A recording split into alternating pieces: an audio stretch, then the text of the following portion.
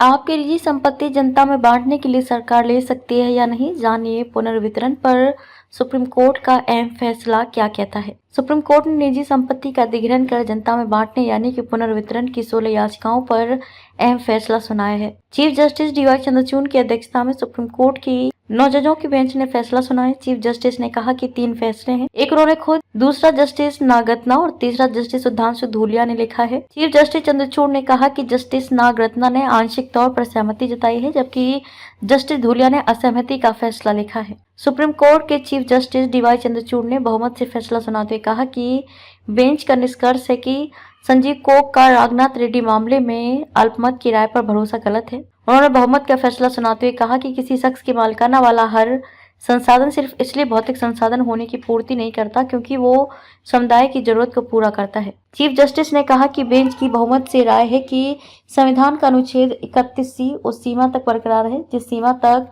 केशवानंद भारती मामले में बरकरार रखा गया। उन्होंने ये भी कहा कि संविधान बेंच का निष्कर्ष है कि असंशोधित अनुच्छेद 31C लागू रहेगा, यानी कि कोर्ट ने साफ कह दिया है कि हर निजी संपत्ति पुनर्वितरण के दायरे में नहीं आ सकती। वहीं जस्टिस नागरत्ना ने कहा कि वो चीफ जस्टिस के बहुमत वाले फैसले के पहले बिंदु से सहमत हैं। जस्टिस नागरत्ना ने कहा कि बदलते समाज में संविधान की लचीली व्याख्या की जानी चाहिए। जस्टिस नागरत्ना ने कहा कि निजी संपत्ति को सामुदायिक संपत्ति में बदलने के 5 तरीके हैं। इनका राष्ट्रीयकरण किया जाए, इनका अधिग्रहण हो, कानून बनाए जाए, सरकार ऐसी संपत्तियों को खरीदे या संपत्ति को उसका मालिक दान दे। चीफ जस्टिस ने संविधान के जिस अनुच्छेद 31C का जिक्र किया उसमें कहा गया है कि संविधान के भाग 4 में सरकार के लक्ष्यों का समर्थन करने वाले कानून सिर्फ इस वजह से रद्द नहीं होंगे क्योंकि वे अनुच्छेद 14 या अनुच्छेद 19 में अधिकारों के खिलाफ हैं, यानी कि देश के कल्याण के लिए सरकार नीतियों का पालन करने वाले कानून रद्द नहीं हो सकते। सुप्रीम कोर्ट का निजी संपत्ति के पुनर्वितरण पर आया फैसला इसलिए भी अहम है क्योंकि इस साल जब लोकसभा चुनाव हुए थे